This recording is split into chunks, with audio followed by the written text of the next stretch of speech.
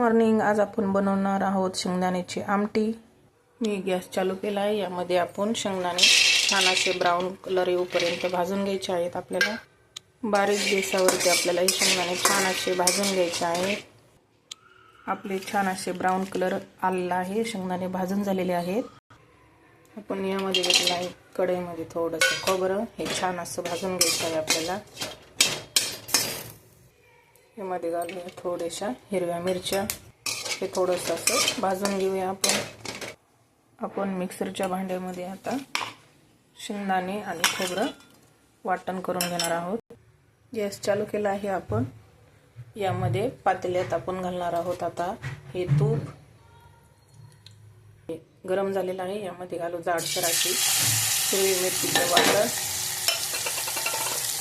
Mix करूया. हे छान असं परतून घेतलं आहे. यामध्ये घालूया आपण आता हे शेंगदाणे आणि खोबऱ्याचं वाटण. छान अशी आता आपली ही आमटी उकळी येऊ द्यायची या आमटीला.